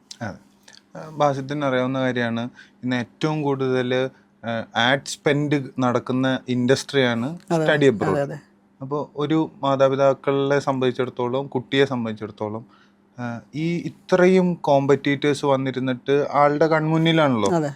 ഞാനിപ്പോൾ സ്ന്യൂസിൻ്റെ ഒരു ആഡ് കണ്ടു, നമ്മൾക്കൊരു ലീഡ് തന്നു കഴിഞ്ഞാലും അടുത്ത 10 മിനിറ്റിൽ ഞാൻ 10 പുതിയ സ്റ്റഡി അബ്രോഡിൻ്റെ ഇത് കാണും. സോ അവിടെ ഒരു ആസ് എ കസ്റ്റമർ ഒരു ഏജന്റിനെ തിരഞ്ഞെടുക്കുമ്പോൾ, ബാസിത്ത് ഇതിനു മുന്നേ പറഞ്ഞതിനോട് കണക്ട് ചെയ്തിട്ടാണ് ഞാൻ ചോദിക്കുന്നത്. അതായത് ഒരു ലൈഫിൻ്റെ ഏറ്റവും ഇമ്പോർട്ടൻറ്റ് ഡിസിഷൻ എടുക്കാനുള്ള ഒരു പോയിന്റിൽ അവർക്ക് ഏറ്റവും ആവശ്യമുള്ളൊരു സമയത്താണ് ഈ ഏജന്റിന്റെ അടുത്തേക്ക് വരിക. അപ്പോൾ ഒരു ഏജന്റിനെ ചൂസ് ചെയ്യുമ്പോൾ, എല്ലാവരെയും ഇപ്പോൾ സ്ന്യൂസിന് സെർവ് ചെയ്യാൻ പറ്റില്ല, ഒരു ഏജന്റിനെ ചൂസ് ചെയ്യുമ്പോൾ ഒരു വിദ്യാർത്ഥി അല്ലെങ്കിൽ ഒരു പേരന്റ് ശ്രദ്ധിക്കേണ്ട ബേസിക് കാര്യങ്ങൾ എന്തൊക്കെയായിരിക്കും? അതെ, സ്റ്റുഡൻറ്റിനെയും പാരൻറ്റിനെയും ആസ് എ ക്ലയൻറ്റ് കേൾക്കുന്നുണ്ടോ എന്ന് മാത്രമേ സ്റ്റുഡൻസും പാരൻസും ചിന്തിക്കാറുള്ളൂ. അതായത് ഒരു സ്റ്റുഡൻറ്റ് ഒരു കൺട്രിയിലേക്ക് പോകണമെന്ന് ആവശ്യമായിട്ട് ഒരു ഏജൻസി അപ്രോച്ച് ചെയ്തു, അവരത് കേട്ടു, അതാണ് മിക്ക പാരൻസും നോക്കാറുള്ളത്. ഓക്കെ, നമ്മൾ പറഞ്ഞത് അവർ കേട്ടില്ല. നമ്മളെ പെർസ്പെക്റ്റീവ് എന്ന് പറഞ്ഞാൽ സ്റ്റുഡൻറ്റിനെ കേൾക്കുന്നതിന് പുറമെ we look into their profile. ഞാൻ നേരത്തെ പറഞ്ഞല്ലോ, അവരുടെ ഫൈനാൻഷ്യൽ കേപ്പബിലിറ്റി എന്താണ്, അവരുടെ അക്കാഡമിക്സ് എന്താണ്, അവർക്ക് ഈ ഒരു ഹയർ ട്യൂഷൻ ഫീസ് എടുത്ത് പോയാൽ അത് റീപേ ചെയ്യാനുള്ള പോസിബിലിറ്റി, അവർ ROI കുറിച്ച് അവർ കാൽക്കുലേറ്റ് ചെയ്തിട്ടുണ്ടോ, അവിടുത്തെ വെതർ കണ്ടീഷനെ കുറിച്ച് സ്റ്റുഡൻറ്റിന് അറിയും. ഇതൊക്കെ നമ്മൾ അങ്ങോട്ട് നോക്കുന്ന കാര്യങ്ങൾ. ഇത് ഈ ഒരു കൗൺസിലിംഗ് സെഷനിൽ രൂപപ്പെട്ടു വരുന്നൊരു ബോണ്ടാണ്, അല്ലെങ്കിൽ ഒരു കൈൻഡ് ഓഫ് റിലേഷൻഷിപ്പാണ്. ഇത് കിട്ടുന്നുണ്ടോ ഒരു ഏജൻറ്റിൻ്റെ അടുത്ത് നിന്നാണ് ആക്ച്വലി നോക്കേണ്ടത്. പിന്നെ സജസ്റ്റ് ചെയ്യുന്ന യൂണിവേഴ്സിറ്റിയുടെ റാങ്കിങ്, അവരുടെ അക്രഡിറ്റേഷൻസ്, UK ആണെങ്കിൽ പലതരത്തിലുള്ള റാങ്കിങ്ങുണ്ട്. ടഫ് ഗോൾഡ് റാങ്കിങ് ഒക്കെ ഉള്ള യൂണിവേഴ്സിറ്റികളാണോ സജസ്റ്റ് ചെയ്യുന്നത്, അവരുടെ പ്രോഗ്രാമിൻ്റെ അക്രഡിറ്റേഷൻസ് എന്തൊക്കെയാണ്, ഏതൊക്കെ തരത്തിലുള്ള ഇൻഡസ്ട്രി ടൈപ്സ് അവർക്കുണ്ട്, ഇതൊക്കെ മനസ്സിലാക്കിയിട്ടാണോ ഒരു പ്രോഗ്രാം നമുക്ക് സജസ്റ്റ് ചെയ്യുന്നത് എന്നുള്ളൊരു സ്റ്റുഡൻറ്റ് മനസ്സിലാക്കിയാൽ തന്നെ ഓക്കെ റൈറ്റ് ഏജൻ്റ് ആണെന്ന് മനസ്സിലാവും. ന്യൂസ് മാത്രമൊന്നല്ലല്ലോ, ഒരുപാട് ഏജൻസികളുണ്ട്. അപ്പം നിങ്ങൾ ഏത് രാജ്യത്ത്, ഏത് സ്റ്റേറ്റിൽ, ഏത് ഡിസ്ട്രിക്റ്റിൽ ഏത് ഏജൻറ്റിനെ അപ്രോച്ച് ചെയ്യുകയാണെങ്കിലും നിങ്ങളുടെ അക്കാഡമിക്സിനെ കോറിലേറ്റ് ചെയ്യുന്ന അല്ലെങ്കിൽ അതിലെ കരിയർ പ്രോഗ്രഷൻ നിങ്ങളെ ഹെൽപ്പ് ചെയ്യുന്ന പ്രോഗ്രാമാണോ നിങ്ങൾക്ക് അഡ്വൈസ് ചെയ്യുന്നത് എന്നുള്ളത് മാത്രം നോക്കിയാൽ മതി. പിന്നെ നേരത്തെ പറഞ്ഞ പോലെയുള്ള റാങ്കിങ്ങും യൂണിവേഴ്സിറ്റീസിൻ്റെ അക്രഡിറ്റേഷൻസ്. നമ്മൾ ആദ്യം സംസാരിച്ച ഒരു കാര്യമുണ്ടല്ലോ, ഈ മിസ്ഇൻഫോംഡ് ആയിട്ട് അല്ലെങ്കിൽ ഇൻഫോംഡ് ആയിട്ട് പുറത്തു പോകുമ്പോൾ സംഭവിക്കാവുന്ന ഒരുപാട് പ്രശ്നങ്ങൾ. അത് നമ്മളിപ്പോൾ ലൈവിൽ വളരെ കാണുന്നുണ്ട്. കാനഡയും UK ഒക്കെ ആയിട്ട് ബന്ധപ്പെട്ട് സംഭവിക്കുന്ന ഡിബേറ്റുകളെല്ലാം നമുക്ക് മനസ്സിലാക്കി തന്നെ അതാണ്. യാതൊരു അണ്ടർസ്റ്റാൻഡിങ്ങും ഇല്ലാണ്ട് എന്തൊക്കെയോ വിശ്വസിച്ചുകൊണ്ട് കുറേ ആളുകൾ അവിടെ പോകുന്നു, എന്നിട്ട് അവിടുത്തെ ഡിമാൻഡ്സിനോട് ഒരു രീതിയിലും മീറ്റ് ചെയ്യാൻ പറ്റാതെ അവരവിടെ യൂസ്ലെസ് ആയിട്ടിരിക്കുന്നു എന്നുള്ളതാണ്. അതിന് എനിക്ക് ഒരുപാട് എക്സാമ്പിൾസ് എൻ്റെ കൺമുന്നിൽ ഞാൻ കണ്ടിട്ടുണ്ട്. സോ ഈ ഒരു പക്ഷേ എന്നാൽ സ്റ്റിൽ ഞാൻ കാണുന്നുണ്ട് അവിടെ വർത്തായിട്ടുള്ള ആളുകൾ ഇപ്പോഴും അവിടെ പഠിക്കാൻ പോകുന്നുണ്ട്, ജോലിക്കും പോകുന്നുണ്ട്. സോ ഈ മാർക്കറ്റിലുള്ള ഈ ഒരു വലിയ ബോഗസ് ആയിട്ട് നടക്കുന്ന ഹെയ്റ്റ് ക്യാമ്പയിൻസിനെ നമ്മൾ എങ്ങനെയാ ഒരു ക്ലാരിറ്റി എടുക്കുക, ഈ കാനഡയായിട്ടോ UK ആയിട്ടൊക്കെ ബന്ധപ്പെട്ടുള്ള? അതെ, ഹെയ്റ്റ് ക്യാമ്പയിൻസ് ഇപ്പോൾ റീസെൻ്റ് ആയിട്ട് ഹെയ്റ്റ് ക്യാമ്പയിൻ നടന്നിട്ടുള്ളത് നമ്മുടെ കേരളത്തിലെ ഒരു പ്രമുഖ എഡ്യൂക്കേഷണൽ കൺസൾട്ടൻസി അവരുടെ പേര് പറഞ്ഞിട്ടാണ്. അപ്പോൾ ഞാൻ മനസ്സിലാക്കിയെടുത്തോളം അത് പ്രോപ്പർ ഹെയ്റ്റ് ക്യാമ്പയിൻസ് തന്നെയാണ്. കാരണം അവർ ഒരിക്കലും ഒരു സ്റ്റുഡൻറ്റിനെ നിർബന്ധിച്ചിട്ട് ഒരു രാജ്യത്തേക്ക് നമ്മൾ ഈ പറഞ്ഞ പോലെ ഹ്യൂമൻ ട്രാഫിക്കിംഗ് പോലെ കൊണ്ടുപോയതല്ലല്ലോ. ഒരു സ്റ്റുഡൻറ്റിന് ആ കുട്ടിയുടെ പ്രോഗ്രാം ഡിമാൻഡും കാര്യങ്ങളൊക്കെ മനസ്സിലാക്കി അവർക്ക് പ്രോഗ്രാം സജസ്റ്റ് ചെയ്ത് വിസ കൺസൾട്ടേഷൻ നൽകി, ഇതൊരു ജേർണിയാണ്. ഇതെല്ലാം കഴിഞ്ഞിട്ടാണ് സ്റ്റുഡൻറ്റ് അവിടെ എത്തുന്നത്. ഈ സ്റ്റേജിൽ ഞാൻ നേരത്തെ പറഞ്ഞതുപോലെ ഇൻഫോംഡ് ആയിട്ടുള്ളൊരു ഡിസിഷൻ എടുക്കാൻ കൺസൾട്ടൻറ്റിന് സ്റ്റുഡൻറ്റിനെ ഹെൽപ്പ് ചെയ്യാതിരിക്കുകയോ സ്റ്റുഡൻറ്റ് സ്വയം ഇത്തരം രാജ്യത്തെക്കുറിച്ച് അല്ലെങ്കിൽ എടുക്കാൻ പോകുന്ന പ്രോഗ്രാമിനെ കുറിച്ച് മനസ്സിലാക്കാതിരിക്കുകയോ ചെയ്താൽ സ്വാഭാവികമായിട്ടും he will end up in trouble. ഞാൻ പറഞ്ഞ നേരത്തെ ഇത് ഒരു കേക്ക് വാക്ക് അല്ല. ഇപ്പോൾ കൾച്ചറൽ ഷോക്ക് ഉണ്ടാവാം, ക്ലൈമറ്റ് ഇഷ്യൂസ് ഉണ്ടാവാം, പാർട്ട് ടൈം ജോബ് എളുപ്പത്തിൽ കണ്ടുപിടിക്കാനുള്ള പ്രയാസങ്ങൾ. ഇപ്പോൾ UK എടുക്കുകയാണെങ്കിൽ UK എല്ലാവരും പറയുന്നു UK പാർട്ട് ടൈം ജോബ് കിട്ടാനില്ല, പിന്നെ ബുദ്ധിമുട്ടാണ് എന്നൊക്കെ പറയുന്ന ആളുകൾ ഏതൊക്കെ എക്സ്റ്റെൻഡ് വരെ പാർട്ട് ടൈം ജോബുകൾ ചെയ്യാൻ പറ്റും, അല്ലെങ്കിൽ ഏതെല്ലാം കിട്ടിക്കൊള്ളുന്നില്ല. എന്നാൽ ഒരുപാട് സാധ്യതകൾ ഇപ്പോഴുണ്ട്. എവിടെ നോക്കണം എന്നുള്ളതാണ്, where to look for a job. ഞാൻ നേരത്തെ പറഞ്ഞു നമ്മളെ സ്റ്റുഡൻസിനെ നമ്മൾ അപ്സ്കിൽ ചെയ്യും, റീസ്കിൽ ചെയ്യും, സർട്ടിഫിക്കറ്റ് പ്രോഗ്രാംസ് ചെയ്യാനൊക്കെ പറയുകയും ഇതിൻ്റെ റെലവൻസ് എന്താ വെച്ചാൽ, ഇപ്പോൾ UK എക്സാമ്പിൾ എടുക്കണം. UK യൂണിവേഴ്സിറ്റി പ്രോഗ്രാംസ് എടുത്ത് പോകുന്ന കുട്ടികൾക്ക് പാർട്ട് ടൈം ജോബ് കിട്ടാനുള്ള പ്രയാസം ഉണ്ടായിരിക്കെ തന്നെ UK പാർലമെൻറ്റിൻ്റെ പിന്നെ ഹൗസ് ഓഫ് കോമൺസിലൊക്കെ ഇപ്പോഴും ഒരുപാട് പാർട്ട് ടൈം ജോബ് അവൈലബിലിറ്റീസ് ഉണ്ട്. ഒരുപാട് യൂണിവേഴ്സിറ്റി ക്യാമ്പസുകളിൽ സ്റ്റുഡൻറ്റ് റിലേഷൻഷിപ്പ് ഓഫീസറായിട്ടൊക്കെ ഒരുപാട് വേക്കൻസി ഉണ്ട്. പക്ഷേ അവിടെ അവരെ ഹയർ ചെയ്യണമെങ്കിൽ അവർക്ക് പ്രോപ്പറായിട്ടുള്ള സ്കിൽ സെറ്റ് വേണം. അവരുടെ അക്കാഡമിക്സിലും അവരുടെ വർക്ക് എക്സ്പീരിയൻസിലും സർട്ടിഫിക്കേഷൻസിലും അത് കാണണം. CV അത് ഒരു റിച്ച് CV ആണെങ്കിൽ മാത്രമല്ലേ ആക്സെപ്റ്റ് ചെയ്യുള്ളൂ. നമ്മൾ ഉദ്ദേശിക്കുന്ന പാർട്ട് ടൈം ജോബുകൾ പല സമയത്തും ഡെലിവറി ബോയ്സും സ്റ്റോറിൽ നിൽക്കുന്ന സ്റ്റോർ കീപ്പേഴ്സും ആയി പോകും. അത് സ്റ്റോർ കീപ്പർ ആയാലും നമ്മൾ അതിൻ്റെ ഡിഗ്നിറ്റി നോക്കുമ്പോൾ ഞാൻ നേരത്തെ പറഞ്ഞ ഒരു ഡെസ്റ്റിനേഷനും മോശം ഡെസ്റ്റിനേഷനും അല്ല എന്ന് പറഞ്ഞതുപോലെ ആളുകൾ അപ്പോൾ ദ ഫോർത്ത് എന്ന ചാനലൊരു വളരെ അഗ്രസീവായിട്ടൊരു ക്യാമ്പയിൻ, ഒരു സീരീസ് ഓഫ് ഡോക്യുമെൻ്ററി ചെയ്തിരുന്നു. UK യൂണിവേഴ്സിറ്റികളിലെ അവിടെ നിന്ന് കുട്ടികളാകെ പ്രയാസത്തിലാണ്, ഏജൻസ് പറ്റിക്കുകയാണെന്നൊക്കെ പറഞ്ഞിട്ട്. ഒരിക്കലും UK പോലെയുള്ളൊരു കൺട്രിയിൽ ഇത്തരം പറ്റിക്കൽ പരിപാടികൾ എത്രത്തോളം എക്സ്റ്റെൻഡ് വരെ പോകുമെന്നുള്ളത് മനസ്സിലാക്കാവുന്നതേ ഉള്ളൂ. സ്വാഭാവികമായിട്ടും UK എക്കണോമിയിലേക്ക് വലിയൊരു കോൺട്രിബ്യൂഷൻ വരുന്ന യൂണിവേഴ്സിറ്റി ട്യൂഷൻ ഫീസ് ആണെങ്കിൽ പോലും, ഒരു എക്സാമ്പിൾ പറയുകയാണെങ്കിൽ നമ്മൾ നേരത്തെ പറഞ്ഞു എത്രത്തോളം ആളുകൾക്ക് ഇതിനെക്കുറിച്ച് ധാരണ ഇല്ല എന്നുള്ളത്. UK യൂണിവേഴ്സിറ്റി മോശം യൂണിവേഴ്സിറ്റികളാണെന്ന് പറയാൻ വേണ്ടി ഈ ചാനൽ ഉപയോഗിച്ച ഫൂട്ടേജ് മുഴുവനും ആസ്റ്റൺ യൂണിവേഴ്സിറ്റിയുടെയും യൂണിവേഴ്സിറ്റി ഓഫ് ബർമിംഗ്ഹാമിൻ്റെയൊക്കെ ഫൂട്ടേജാണ്. ടഫ് ഗോൾഡ് റാങ്കിങ്ങിലെ ടോപ്പിൽ നിൽക്കുന്ന യൂണിവേഴ്സിറ്റികളാണ് ഇവരൊക്കെ. ഈ യൂണിവേഴ്സിറ്റിയുടെ ഫൂട്ടേജ് കാണിച്ചിട്ടാണ് കുട്ടികൾ പിന്നെ തട്ടിക്കൂട്ട് യൂണിവേഴ്സിറ്റികളിലേക്ക് പോകുന്നു എന്ന് പറയുന്നത്. പിന്നെ ഒരു തരത്തിലുള്ള പിന്നെ എന്താ പറയുക പ്രൈവസിയും മാനിക്കാതെ ആളുകളുടെ ഫേസൊക്കെ ഷൂട്ട് ചെയ്തുകൊണ്ടുള്ള ഒരു ഡോക്യുമെൻ്ററി അവർ ചെയ്തിരിക്കുന്നത്. അപ്പോൾ അവിടെ തന്നെ നമുക്ക് മനസ്സിലാക്കാം ഈ റിപ്പോർട്ടർ ഹിംസെൽഫ് ഒരു UK വിസ എടുത്ത് അവിടെ ട്രാവൽ ചെയ്ത് പോയി ഈ ടോപ്പിക്ക് പഠിക്കാൻ പോയി ആ റിപ്പോർട്ടർക്ക് പോലും പ്രോപ്പർ ഇൻഫർമേഷൻ ഇതിനെക്കുറിച്ച് ഇല്ല എന്നുള്ളതാണ്.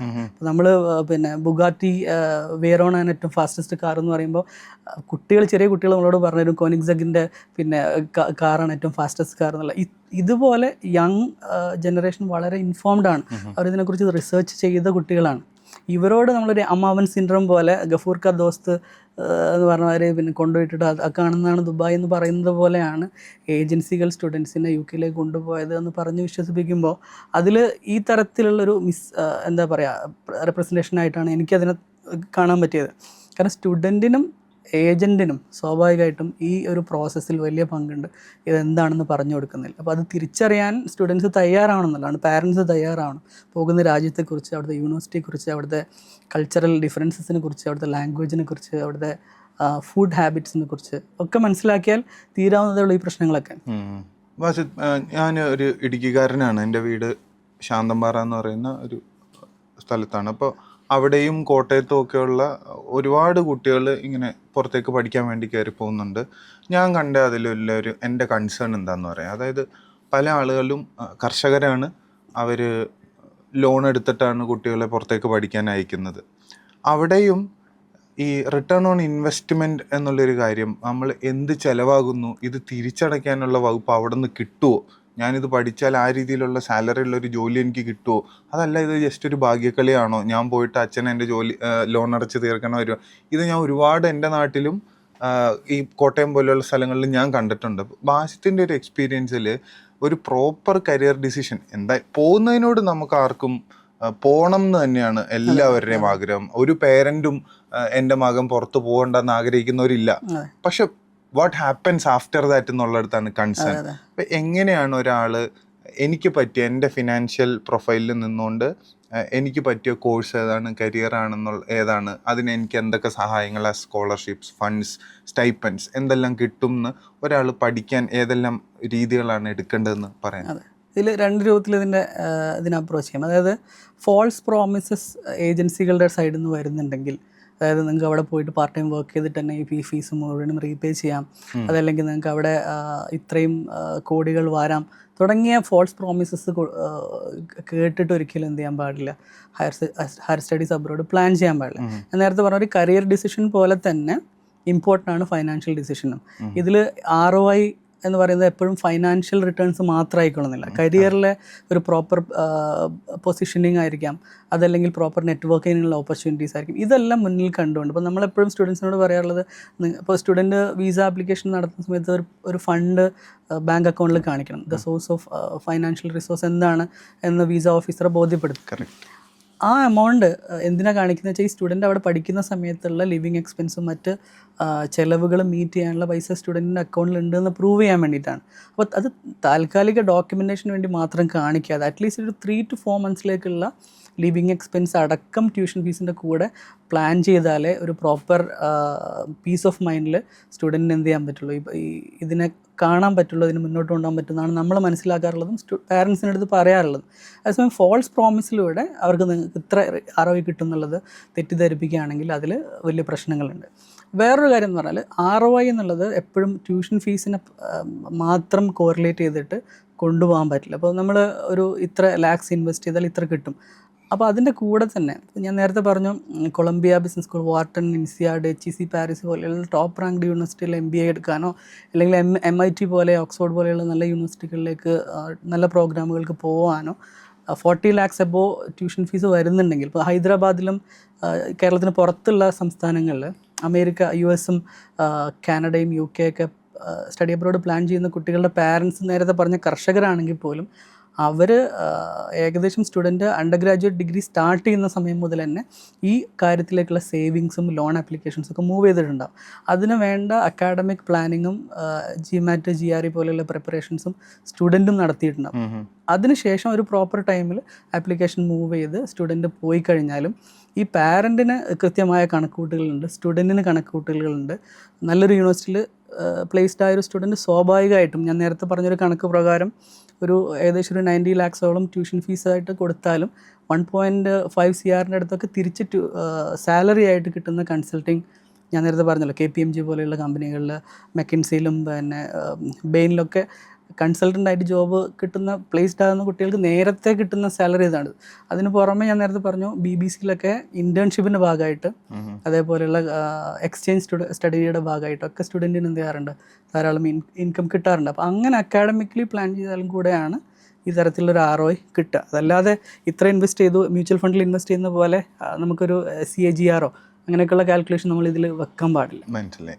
അതായത് ബേസിക്കലി പറയുകയാണെങ്കിൽ ഈ സ്റ്റഡി എബ്രോഡ് എന്നുള്ള ഒരു മേഖലയിലെ ഫോക്കസ് എബ്രോഡിൽ നിന്ന് മാറ്റി സ്റ്റഡിയിലേക്ക് കുറച്ചും കൂടെ കൊണ്ടുവരേണ്ട ഒരു ആവശ്യമുണ്ടല്ലേ?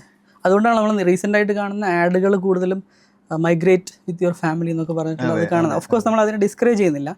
മൈഗ്രേറ്റ് ചെയ്യുന്നുണ്ടെങ്കിൽ സ്വാഭാവികമായിട്ടും ഇപ്പോൾ വൈഫാണ് പഠിക്കാൻ പോകുന്നതെങ്കിൽ അവരുടെ ഡിപ്പെൻഡൻ്റ് ആയിട്ട് പോകുന്നത് ഹസ്ബൻഡോ കുട്ടിയോ ആയിരിക്കുമല്ലോ.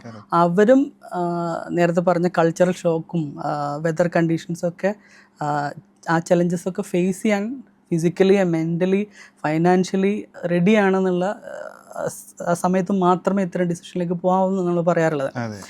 ഇപ്പോൾ നേരത്തെ UK-യിൽ ഡിപ്പെൻഡൻറ്റ് വിസ ഉണ്ടായിരുന്നു, വൈഫിന് സ്പൗസിന് കൂടെ പോകാൻ പറ്റുമായിരുന്നു. അത് സ്റ്റോപ്പ് ചെയ്തപ്പോൾ സ്വാഭാവികമായിട്ട് ആളുകൾ പുതിയ ഓപ്ഷൻസ് അന്വേഷിച്ചിട്ടാണ് ഇത്തരം കൺട്രീസ് ഇപ്പോൾ റെലവൻ്റ് ആയിട്ട് കൊണ്ടിരിക്കും. ഈ വിസ റൂളൊക്കെ നേരത്തെയും ഉള്ളതാണ്. അപ്പോൾ ആളുകൾ ഓപ്ഷൻസ് നോക്കുന്നതുകൊണ്ടാണ്. പക്ഷേ ഓഫ് കോഴ്സ് അതിൻ്റെ ബെനിഫിറ്റ്സ് ഉണ്ട്. ഇപ്പോൾ ഫിൻലൻഡിൽ പഠിക്കുന്ന സ്റ്റുഡൻസിന് ധാരാളം സ്കോളർഷിപ്സ് ഉണ്ട്. അതിൻ്റെ കൂടെ ഡിപ്പെൻഡൻ്റ് ആയിട്ട് ഹസ്ബൻഡിനെ, മക്കളെയൊക്കെ കൊണ്ടുപോകാൻ പറ്റും. കുട്ടികൾക്ക് അവരുടെ ഫിനിഷ് ലാംഗ്വേജിൽ, ചെറിയ കുട്ടികളാണെങ്കിൽ ഫിനിഷ് ലാംഗ്വേജ് പഠിക്കുന്ന കുട്ടികളാണെങ്കിൽ അവർക്ക് പലതരത്തിലുള്ള ഫൈനാൻഷ്യൽ സപ്പോർട്ടും ഗവൺമെൻറ് കൊടുക്കും. അണ്ടർ ഗ്രാജുവേറ്റ് ഡിഗ്രി പഠിക്കുന്ന സ്റ്റുഡൻസ് ആണെങ്കിൽ ഇപ്പോൾ ഫസ്റ്റ് ഇയറിൽ ഫിനിഷ് ലാംഗ്വേജിൻ്റെ ഒരു ലെവൽ കംപ്ലീറ്റ് ചെയ്താൽ അടുത്ത വർഷം 3,000 euros വരെയൊക്കെ സ്കോളർഷിപ്പ് അല്ലെങ്കിൽ ട്യൂഷൻ ഫീസിൽ നിന്ന് വേവർ കൊടുക്കും. പിന്നെ ഗ്രാജുവേറ്റ് ചെയ്ത കുട്ടികളാണെങ്കിൽ അവിടെ പുതിയ സ്റ്റാർട്ടപ്പ് തുടങ്ങാനൊക്കെ ഗവൺമെൻറ് സപ്പോർട്ട് കൊടുക്കുന്നുണ്ട്. ഇങ്ങനെ പല ബെനിഫിറ്റ്സും ഉണ്ട്. സ്വീഡനിലും ഇതേപോലെ സമാനമായിട്ടുള്ള സ്കോളർഷിപ്സും അതേപോലെയുള്ള പിന്നെ PR കിട്ടും. 30 hours per week. ഫിൻലൻഡിലാണെങ്കിൽ 30 hours per week part time work ചെയ്യാൻ പറ്റും. മറ്റ് രാജ്യങ്ങളിലൊക്കെ 20 hours പാർട്ട് ടൈം ആയിട്ട് വർക്ക് ചെയ്യാൻ പറ്റുള്ളൂ. അപ്പോൾ അങ്ങനെ ബെനിഫിറ്റ്സ് ഉണ്ടെങ്കിൽ തന്നെയും നമ്മൾ നേരത്തെ പറഞ്ഞ പോലെ റിയൽ മോട്ടിവേഷൻ എന്താണെന്നുള്ളതാണ്. മൈഗ്രേറ്റ് ചെയ്യാന്നുള്ളതാണ്. UK-യിൽ ഡിമാൻഡ് കുറയുമ്പോൾ മാത്രം ഓപ്ഷനായി വരേണ്ടതല്ലോ അവിടെ അല്ലേ? ഫിൻലൻഡിൽ നല്ല യൂണിവേഴ്സിറ്റീസ് ഉണ്ട്, നല്ല റാങ്കിങ്ങുള്ള യൂണിവേഴ്സിറ്റീസ് ഉണ്ട്. അവിടേക്ക് തന്നെയാണ് കുട്ടികൾ പോകുന്നതും. പക്ഷേ എന്നാൽ പോലും അവരുടെ റിയൽ മോട്ടിവേഷൻ ഇതായിരിക്കരുത് എന്നാണ് ഞാൻ പറയുന്നത്. ഇപ്പോൾ എംറസ് എന്ന് പറഞ്ഞൊരു പ്രോഗ്രാം ഉണ്ട് UK-യിൽ, അതായത് മാസ്റ്റേഴ്സ് ഓഫ് റിസർച്ച് എന്ന് പറഞ്ഞിട്ട്.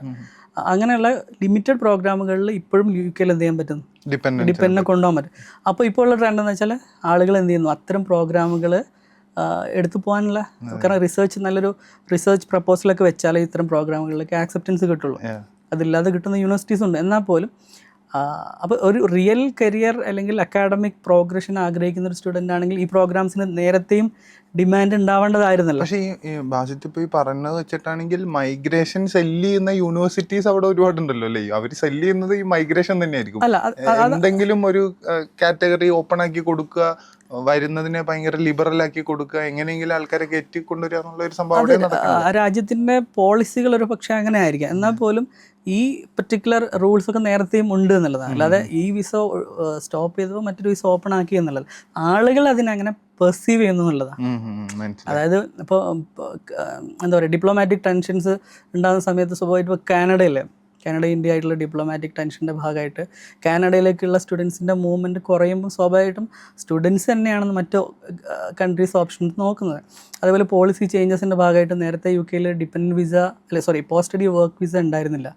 ആദ്യം ഉണ്ടായിരുന്നു, പിന്നെ സ്റ്റോപ്പ് ചെയ്തു, പിന്നെ വീണ്ടും ഇൻട്രൊഡ്യൂസ് ചെയ്തപ്പോൾ അതിലേക്കുള്ള ഡിമാൻഡ് കൂടി. അപ്പോൾ അതിനെയാണ് ആളുകൾ ഫോക്കസ് ചെയ്യുന്നത് എന്നുള്ളത് ഓഫ് കോഴ്സ് ഒരു സാഡ് റിയാലിറ്റി എന്ന് പറയാം. എന്നാലും ഈ പോസ്റ്റ് സ്റ്റഡി വർക്ക് വിസ പീരീഡിൽ നല്ലൊരു കരിയർ ബിൽഡ് ചെയ്യാൻ വേണ്ടി അക്കാഡമിക്കലി പ്രിപ്പയർഡ് ആയിട്ടുള്ള സ്റ്റുഡൻ്റ് ഉണ്ടെങ്കിൽ of course that is a good sign. അയാൾ തിരിച്ചു വരികയാണെങ്കിൽ, ഇന്ത്യയിലേക്ക് തിരിച്ചു വരികയാണെങ്കിൽ നമ്മളുടെ ഡെവലപ്മെൻറ്റിലേക്കും നമ്മുടെ ഗ്രോത്തിലേക്കും അവർക്ക് കോൺട്രിബ്യൂട്ട് ചെയ്യാനും പറ്റും. ഒരു സ്റ്റഡി അബ്രോഡ് കൺസൾട്ടൻസിയുടെ ഫൗണ്ടർ എന്നുള്ള രീതിയിലല്ലാതെ ആസ് എ പേഴ്സൺ ബാസിത്ത് ഇപ്പോൾ ഇത്രയും രാജ്യങ്ങളിൽ ട്രാവൽ ചെയ്ത് വന്ന ഒരാളാണ്. അപ്പോൾ ഒരു കരിയർ ചോയ്സ് എടുക്കാനോ അല്ലെങ്കിൽ ഹയർ സ്റ്റഡീസിനെ പറ്റി ആലോചിച്ചുകൊണ്ടിരിക്കുന്ന ഒരു കുട്ടീനെ സംബന്ധിച്ചിടത്തോളം 2 ഓപ്ഷൻസാണ് ഒബ്വിയസ്ലി ഉള്ളത്. ഒന്നെങ്കിൽ നാട്ടിൽ പഠിക്കാം, ഇല്ലെങ്കിൽ ഇന്ത്യയിലുള്ള ബെസ്റ്റ് യൂണിവേഴ്സിറ്റീസിൽ പഠിക്കാം, ഇല്ലെങ്കിൽ പുറത്തു പോകാം. സോ ഇതിൻ്റെ ഒരു കമ്പാരിസൺ ഉണ്ടാവില്ലേ? എപ്പോഴും ഈ ഒരു വെയിനാണ് ചെയ്യുന്നത്. ഇവിടെ പഠിക്കണോ, PG ഞാൻ അവിടെ പഠിക്കണോ, UG മാത്രം ഇവിടെ, എങ്ങനെയാണ് ഇതൊന്ന് അസസ് ചെയ്യാനുള്ള ഒരു കമ്പാരിസൺ എങ്ങനെയായിരിക്കും? വാട്ട് ഡു യു സജസ്റ്റ് ആ രീതിയിൽ നോക്കുമ്പോൾ? It's all about data. നമ്മളിപ്പോൾ ഞാൻ നേരത്തെ പറഞ്ഞില്ല, IIMസിൻ്റെയും IITസിൻ്റെയും അതേപോലെ ഇന്ത്യയിലുള്ള ടോപ്പ് റാങ്ക്ഡ് ആയിട്ടുള്ള നമ്മളെ സെൻറ്റേഴ്സ് ഓഫ് എക്സലൻസ് എന്ന് വിളിക്കാവുന്ന നല്ല യൂണിവേഴ്സിറ്റീസ് ഇന്ത്യയിലുണ്ട്. ഇല്ലയെന്നൊരിക്കലും പറയാൻ പാടില്ല. ഇപ്പോൾ പല ഏജൻസും വിദേശത്തെ യൂണിവേഴ്സിറ്റികൾ നല്ലതാണെന്ന് പ്രൂവ് ചെയ്യാൻ വേണ്ടി ഇന്ത്യയിലെ യൂണിവേഴ്സിറ്റികൾ മോശമായിട്ട് പറയാം. ഒരിക്കലും അങ്ങനെയല്ല. പക്ഷേ അവിടേക്ക് എത്താനുള്ള കോമ്പറ്റീറ്റീവ് റൗട്ട് എന്ന് പറയുന്നത് JEE പോലെയുള്ള വളരെ കോമ്പറ്റീറ്റീവ് ആയിട്ടുള്ള എക്സാമുകളാണ്. അവിടെയുള്ള സീറ്റ്സ് വളരെ ലിമിറ്റഡ് ആണ്. അതിൽ തന്നെ റിസർവേഷനും മറ്റു കാര്യങ്ങളൊക്കെ ഉണ്ട്. അതിനെ മറികടന്നൊരു സ്റ്റുഡൻറ്റിന് തൻ്റെ ഡ്രീം കോഴ്സിൽ ലാൻഡ് ചെയ്യുക എന്നുള്ളതിൻ്റെ ഡിഫിക്കൽറ്റിയാണ് നമ്മൾ മറികടക്കാൻ വേണ്ടി ഹെൽപ്പ് ചെയ്യുന്നത്. കാരണം ഇന്ത്യയിൽ ഞാൻ നേരത്തെ പറഞ്ഞ ISB, IIM പോലെ വളരെ ബിറ്റ്സോം പോലെയുള്ള വളരെ ലിമിറ്റഡ് ടോപ്പ് ബിസിനസ് സ്കൂളുകളാണ്, 20+ സ്കൂളുകളേ ഉള്ളൂ.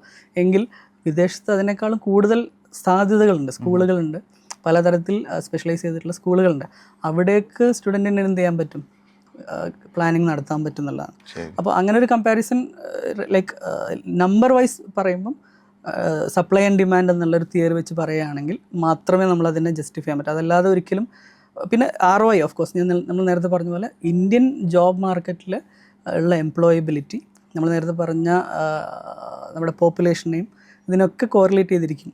അപ്പോൾ ആ എംപ്ലോയബിലിറ്റി സാധ്യത, അതുപോലെ സാലറി, ഇതൊക്കെ ഇന്ത്യയേക്കാൾ കൂടുതൽ സ്വാഭാവികമായിട്ടും വിദേശത്താണുള്ളത്. അതെ. അപ്പോൾ ഞാൻ as A person and as an Indian ഞാൻ എപ്പോഴും പറയുക, പഠിക്കാൻ വേണ്ടി പുറത്തു പോയി പഠിച്ച് അവിടെയുള്ള ഏറ്റവും ലേറ്റസ്റ്റ് എക്സ്പോഷറുമായി തിരിച്ചു വന്ന് കാരണം അങ്ങനത്തെ ഉള്ള സ്റ്റോറീസ് ഇപ്പോൾ നമ്മൾ അത്രയും കേൾക്കുന്നുണ്ട്. കാരണം പുറത്തു പോയി ഫോറിൻ എഡ്യൂക്കേഷനും ആ എക്സ്പെർട്ടൈസുമായിട്ട് വന്ന് നമ്മുടെ നാടിന്റെ പുരോഗതിക്ക് വേണ്ടിയിട്ട് ചെയ്യുന്ന ഒരുപാട് കുട്ടികളുടെ സ്റ്റോറീസ് നമ്മൾ കാണുന്നതാണ്. സോ അങ്ങനെയുള്ളവരെ അല്ല, അങ്ങനെ പറ്റുന്നവരാണെങ്കിൽ ഇപ്പോൾ ജെഇ ക്രാക്ക് ചെയ്ത് ഇവിടെ പഠിക്കാൻ പറ്റുന്ന ആളുകളാണെങ്കിൽ ഇവിടെ തന്നെ പഠിക്കും. ഇപ്പോൾ ഒരു സ്റ്റഡി അബ്രോഡ് കൺസൾട്ടിങ് കമ്പനിയുടെ കീ പൊസിഷനിൽ ഇരുന്നുകൊണ്ട് തന്നെ ഞാൻ ഇപ്പോൾ ഒരുപാട് കോഴ്സുകൾ ഇവിടെ തന്നെ ചെയ്തു. നേരത്തെ പറഞ്ഞ കോഴ്സറിലും എഡെക്സിലൊക്കെ ഞാനിപ്പോഴും ലേണിംഗ് നടത്തിക്കൊണ്ടിരിക്കും. ഇപ്പോൾ IIM ഞാൻ 2 പ്രോഗ്രാംസ് ഓൾറെഡി PG ലെവലുള്ള ഡിപ്ലോമ പ്രോഗ്രാംസ് കംപ്ലീറ്റ് ചെയ്തു. അത് ഒരു അതിൻ്റെ അർത്ഥം എന്ന് പറയുന്നത് ഇവിടുത്തെ ഇൻസ്റ്റിറ്റ്യൂഷൻസ് അത്രയും എക്സലൻറ്റ് ഇൻസ്റ്റിറ്റ്യൂഷൻസ് ഉണ്ട്. അവിടേക്ക് എത്തിപ്പെടാൻ പറ്റുമെങ്കിൽ അത് നല്ലതാണ്. അതിന് പുറമെ ഒരു ഇൻ്റർനാഷണൽ എക്സ്പോഷറിലേക്ക് പ്രോഗ്രസ് ചെയ്യണമെങ്കിൽ ഇതിന് ടോപ്പ് അപ്പ് ആയിട്ടൊരു പ്രോഗ്രാം പുറത്തുകൂടെ ചെയ്താൽ നന്നായിരിക്കും എന്നുള്ളതാണ്. അപ്പോൾ അത് തെറ്റിദ്ധരിക്കരുത്. ഇപ്പോൾ ഞാൻ വേറൊരു കാര്യം കൂടെ പറയാൻ വെച്ചാൽ സ്റ്റുഡൻസ് മിസ്ഇൻഫോംഡ് ആണെന്ന് നേരത്തെ പറഞ്ഞപ്പോൾ ഇപ്പോൾ ലീഡ്സ് യൂണിവേഴ്സിറ്റി അല്ലെങ്കിൽ ഓക്സ്ഫോർഡ് യൂണിവേഴ്സിറ്റി എന്ന് പറഞ്ഞു പിന്നെ പോകാൻ ഉദ്ദേശിക്കുന്ന സ്റ്റുഡൻറ്റ് ഓക്സ്ഫോർഡ് ബ്രൂക്സ് എന്ന് പറഞ്ഞിട്ട് വേറൊരു യൂണിവേഴ്സിറ്റി അവിടെ ഉണ്ട്. ലീഡ്സ് യൂണിവേഴ്സിറ്റി ടോപ്പ് റാങ്ക്ഡ് യൂണിവേഴ്സിറ്റിയാണ്. ലീഡ്സ് ബക്കറ്റ് യൂണിവേഴ്സിറ്റി വേറെ ഉണ്ട്, അത്ര റാങ്കിങ് ഇല്ലാത്ത. അതേപോലെ Birmingham university Birmingham city university ഉണ്ട്. അപ്പോൾ ആ ഒരു ഡിഫറൻസ് മനസ്സിലാക്കുമ്പോൾ മാത്രമേ ഒരു പ്രോപ്പർ യൂണിവേഴ്സിറ്റിയിലേക്കാണോ ഞാൻ പോകേണ്ടത് എന്നുള്ളതിൽ സ്റ്റുഡൻറ്റ് പ്രോപ്പറായിട്ട് ഡിസിഷൻ എടുക്കാൻ പറ്റുള്ളൂ. അതെ, അപ്പോൾ കൃത്യമായിട്ടുള്ള കോളേജാണോ തിരഞ്ഞെടുക്കുന്നത്, കൃത്യമായിട്ടുള്ള പ്രോഗ്രാമാണോ തിരഞ്ഞെടുക്കുന്നത്, ഇതെല്ലാം ഉറപ്പുവരുത്തുന്നതിൽ ആ സ്റ്റുഡൻറ്റിനും പേരൻറ്റിനും കൃത്യമായിട്ടുള്ള ഉത്തരവാദിത്വം ഉണ്ടെന്നുള്ളതാണ്. ആ ഏജൻസിക്കുള്ള അതേ ഉത്തരവാദിത്വം അവർക്കുണ്ട്, അവരത് എൻഷുർ ചെയ്യാന്നുള്ളതാണ്. ഇപ്പോൾ അവസാനമായിട്ട് ചോദിക്കാനുള്ളതെന്ന് പറഞ്ഞു കഴിഞ്ഞാൽ, ഇപ്പോൾ പുറത്ത് പഠിക്കാൻ പോകുന്ന എല്ലാ കുട്ടികൾക്കും അവിടെ പഠിക്കുന്ന ചെലവ് വലിയൊരു കൺസേൺ തന്നെയാണ്. അങ്ങനെ വരുമ്പോൾ അവരെ ഏറ്റവും വലിയ ആ ബർഡനിൽ ഹെൽപ്പ് ചെയ്യുന്നത് സ്കോളർഷിപ്സും ഗ്രാൻസും തന്നെയാണ്. അങ്ങനെ നമ്മുടെ ഇവിടുന്ന് പോകുന്ന കുട്ടികൾക്ക് പറയാൻ പറ്റുന്ന അല്ലെങ്കിൽ ശ്രമിക്കാൻ പറ്റാവുന്ന കുറച്ച് സ്കോളർഷിപ്പുകൾ ഏതാണ്? അങ്ങനെ എന്തെങ്കിലും ഒരു ഇൻഫർമേഷൻ നമുക്ക് കൊടുക്കാനുണ്ട്? ധാരാളം സ്കോളർഷിപ്പുകളുണ്ട്. പക്ഷെ സ്റ്റുഡൻസ് ആപ്ലിക്കേഷൻ സ്റ്റേജിൽ തന്നെ അല്ലെങ്കിൽ അതിന് മുമ്പ് തന്നെ പ്രോപ്പറായിട്ട് പ്രിപ്പയർ ചെയ്താൽ, പ്രോപ്പറായിട്ടുള്ള റൈറ്റ് ടൈമിൽ അപ്ലൈ ചെയ്താൽ, ഇൻ്റർവ്യൂവിന് പ്രിപ്പയർഡ് ആയിട്ട് തന്നെ പ്രസൻറ്റ് ചെയ്ത് കഴിഞ്ഞാൽ കിട്ടാവുന്ന സ്കോളർഷിപ്പുകൾ ഇപ്പോൾ അച്ചീവനിങ് സ്കോളർഷിപ്പ്, ഐഫൽ എക്സലൻസ് സ്കോളർഷിപ്പ്, അവാൻഷെഷ്, പിന്നെ UK ഗ്രേഡ് സ്കോളർഷിപ്പ് പോലെയുള്ള സ്കോളർഷിപ്പുകളൊക്കെ ഒരുപാട് സ്ക്രീനിങ് പ്രോസസ്സിലൂടെ, ഷോർട്ട് ലിസ്റ്റിംഗ് പ്രോസസ്സിലൂടെ കടന്നു പോയിട്ട് കിട്ടേണ്ട സ്കോളർഷിപ്പുകളാണ്. അതിനെക്കുറിച്ച് നേരത്തെ അറിഞ്ഞു വെച്ചിട്ടില്ലെങ്കിൽ, അതിനുവേണ്ടി പ്രിപ്പയർഡ് ആയിട്ടില്ലെങ്കിൽ അതൊന്നും കിട്ടിക്കൊള്ളുന്നില്ല. പിന്നെ അക്കാഡമിക് പ്രൊഫൈലിനെ ബേസ് ചെയ്തിട്ട് യൂണിവേഴ്സിറ്റീസ് ചിലപ്പോൾ ട്യൂഷൻ ഫീസ് വേവർ കൊടുക്കാറുണ്ട്, 30% സ്കോളർഷിപ്പ് വരെ, ചിലപ്പോൾ വൈസ് ചാൻസലർ സ്കോളർഷിപ്പ് പോലെയുള്ള സ്കോളർഷിപ്പ്. അപ്പോൾ ഇത്തരം സ്കോളർഷിപ്പുകൾ ഏതൊക്കെയാണെന്ന് ഐഡൻറ്റിഫൈ ചെയ്ത് അതിന് റൈറ്റ് ടൈമിൽ നമ്മൾ അപ്ലൈ ചെയ്തിട്ട് സ്റ്റുഡൻറ്റിന് മാക്സിമം ഫണ്ടിങ് പോസിബിലിറ്റീസ് നമ്മൾ വാങ്ങിച്ചു കൊടുക്കാറുണ്ട്. അതിന് പുറമെ തന്നെ സ്റ്റുഡൻറ്റ് പഠിച്ചുകൊണ്ടിരിക്കുക. ഇപ്പോൾ 2 ഇയർ പ്രോഗ്രാമൊക്കെ ആണെങ്കിൽ ആദ്യത്തെ വർഷത്തെ അക്കാഡമിക് എക്സലൻസിനെ ബേസ് ചെയ്തിട്ട് സെക്കൻഡ് ഇയർ ട്യൂഷൻ ഫീസിൽ വേവ് ഓഫ് ചെയ്ത് കൊടുക്കുന്ന യൂണിവേഴ്സിറ്റീസ്. പക്ഷേ റൈറ്റ് ടൈമിൽ സ്റ്റുഡൻറ്റ് അപ്ലൈ ചെയ്തിട്ടില്ലെങ്കിൽ അത് കിട്ടിക്കൊള്ളുന്നില്ല. നമ്മുടെ സ്റ്റുഡൻസിന് നമ്മൾ ഇത്തരത്തിലുള്ള ഗൈഡൻസ്, ഞാൻ നേരത്തെ പറഞ്ഞല്ലോ, നമ്മൾ ഒരു റിട്ടേണിംഗ് സ്റ്റുഡൻ്റ് ആയിട്ടുള്ള അമലിന് 10,000 പൗണ്ട്, ഏകദേശം 10 lakhs rupees ട്യൂഷൻ ഫീസിൽ സ്കോളർഷിപ്പ് കിട്ടി. അത് നമ്മൾ ആ ടൈമിന് അപ്ലൈ ചെയ്തുകൊണ്ടാണ്. സ്റ്റുഡൻറ്റ് ചിലപ്പോൾ അത്രയും വളരെ മിനിമലായിട്ടുള്ള അല്ലെങ്കിൽ സൂക്ഷിച്ച് നോക്കിയാൽ മാത്രം കാണാവുന്ന ഡീറ്റെയിൽസ് അറിഞ്ഞുകൊള്ളുന്നില്ല. അവിടെയാണ് നമ്മളെ കൗൺസിലേഴ്സ് റൈറ്റ് ടൈമിന് അത് ചെയ്യുന്നത്. സോ അപ്പോൾ നമ്മൾ ഈ ഡിസ്കഷനിൽ മൊത്തത്തിൽ പറഞ്ഞതുപോലെ തന്നെ മാർക്കറ്റിൽ സംഭവിച്ചുകൊണ്ടിരിക്കുന്ന ചർച്ചകളിലും പുകമറകളിലും പെട്ടുപോവുക എന്നുള്ളതല്ല നമ്മൾ ചെയ്യേണ്ടത്. കൃത്യമായിട്ടുള്ള ഇൻഫർമേഷൻ സ്വീകരിക്കുക, നമ്മുടെ മക്കളെ പഠിക്കാൻ വിടുന്നതിന് മുന്നേ തന്നെ റൈറ്റ് ആയിട്ടുള്ള ക്വസ്റ്റ്യൻസ് ചോദിച്ച് മനസ്സിലാക്കുക, കൃത്യമായി പ്ലാൻ ചെയ്യുക എന്നുള്ളത് തന്നെയാണ്. ഒരിക്കലും study abroad as a industry പ്രശ്നത്തിലായതുകൊണ്ടല്ല, നമ്മൾ മനസ്സിലാക്കുന്ന രീതിയും നമ്മൾ അപ്രോച്ച് ചെയ്യുന്ന ഏജൻസികളും എന്തെങ്കിലുമൊക്കെ നമുക്ക് മിസ്ഇൻഫർമേഷൻസും ഫാൾസ് കമ്മിറ്റ്മെൻറ്റ്സും തരുന്നതുകൊണ്ടായിരിക്കാം. സോ കൃത്യമായിട്ടുള്ള ഇൻഫോംഡ് ആയിട്ടുള്ള ഡിസിഷൻസ് എടുക്കാൻ എല്ലാവർക്കും പറ്റട്ടെ എന്ന് ഉള്ള ഒരു വിഷ് ഞാൻ പറയുകയാണ്. സോ ഇനിയും ഇത്തരത്തിൽ നമ്മളായിട്ട് അസോസിയേറ്റ് ചെയ്യുന്ന ബ്രാൻഡുകളെ നിങ്ങൾക്ക് പരിചയപ്പെടുത്തുന്ന ഗ്രോത്ത് സ്റ്റോറീസുമായിട്ട് വീണ്ടും കാണാം. Thank you Basit.